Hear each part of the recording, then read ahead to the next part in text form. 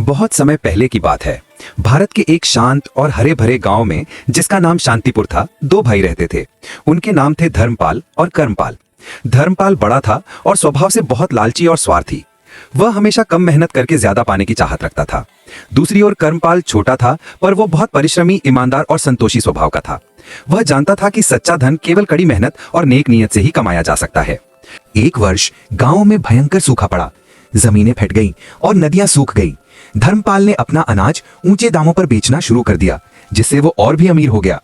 कर्मपाल के पास कोई काम नहीं बचा। एक दिन उसकी पत्नी ने कहा, स्वामी, घर में एक दाना भी नहीं बचा है, बच्चों को भूख लगी है, कुछ तो उपाय कीजिए। कर्मपाल का दिल टूट गया। वो तुरंत अपने बड़े भाई धर्मपाल के पास गया और हाथ जोड़कर मदद मांगी। धर्मपाल अपनी हवेली के बरामदे में आराम कर रहा था। उसने कर्मपाल को देखते ही मुंह फेर लिया और रूखे स्वर में बोला, जब मैंने तुझे जमीन पर काम करने को कहा था, तब तूने मना कर दिया था। अब मेरी मेहनत का फल क्यों मांगता है? जा और अपनी किस्मत खुद बना। कर्मपाल की आंखों में आंसू आ गए, पर उसने हार नहीं मानी। उसने सोचा कि शायद जंगल में कुछ सूखी लकड़ियां मिल जाएं, जिन्हें बेचकर वो कुछ भोजन खरीद सके। कर्मपाल जंगल की ओर निकल पड़ा। चलते चलते वो इतना थक गया कि एक विशाल बरगद के पेड़ के नीचे लेट गया।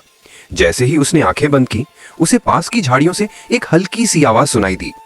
उत्सुकतावश वो उस ओर बढ़ा और वहां जो देखा, उससे उसकी आंखें फटी रह गईं।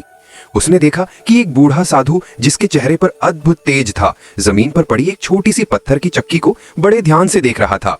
चक्की पुरानी थी, पर उसमें एक हल्की सी चमक थी। साधु ने कर्मपाल को देखा और मुस्कुराते हुए कहा, आओ वत्स, मैं जानता हूं तुम नेक और सच्चे इंसान हो। मैं तुम्हें एक भेंट देना चाहता हूं। साधु ने उस चक्की को उठाते हुए कहा, यह कोई साधारण चक्की नहीं है, ये एक जादुई चक्की है। इसे चलाने का मंत्र है। धर्मपाल ने जब अपने छोटे भाई की अचानक समृद्धि देखी, तो वो ईर्ष्या की आग में जल उठा कि इस चमत्कार का रहस्य क्या है। एक रात चावल और दाल मांगते हुए देखा। उन्होंने जादुई चक्की और उसके मंत्रों के बारे में सुना। धर्मपाल का लालच अब चरम पर पहुंच गया था। उसने सोचा, अगर कर्मपाल केवल थोड़ी सी चीजें मांगकर इतना धनवान बन सकता है, तो मैं तो इस चक्की से पूरी दुनिया का सोना और सुख मांग सकता हूं।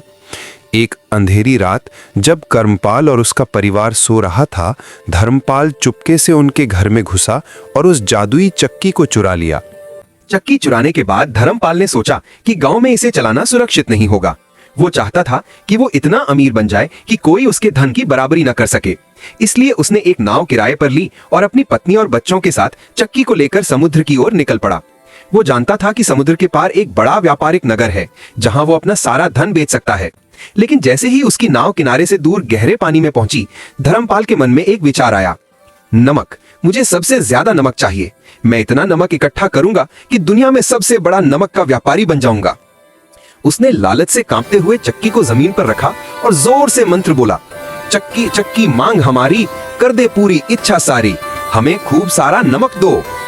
चक्की तुरंत घूमने लगी और उससे सफेद चमकीला नमक तेजी से बाहर निकलने लगा। पूरी तरह नहीं सुना था। देखते ही देखते नमक के वजन और लगातार निकल रहे नमक के कारण अथाह नमक के साथ समुद्र की गहराइयों में समा गए। और वो जादुई चक्की, वो भी समुद्र की तलहटी में जाकर गिर गई। क्योंकि उसे कोई रोकने वाला नहीं था, वो आज भी वहीं घूम रही है और लगातार नमक निकाल रही है। यही कारण है कि उस दिन से लेकर आज तक समुद्र का पानी खारा है। गांव में कर्मपाल ने जब अपने भाई और चक्की के गुम होने की बात सुनी, तो उसे बहुत दुख हुआ। उसने समझा कि लालच का अंत हमेशा बुरा ही होता है। कर्मपाल ने अपनी मेहनत और ईमानदारी से जीवन जीना जारी रखा और गांव वालों के लिए एक प्रेरणा स्रोत बने रहे।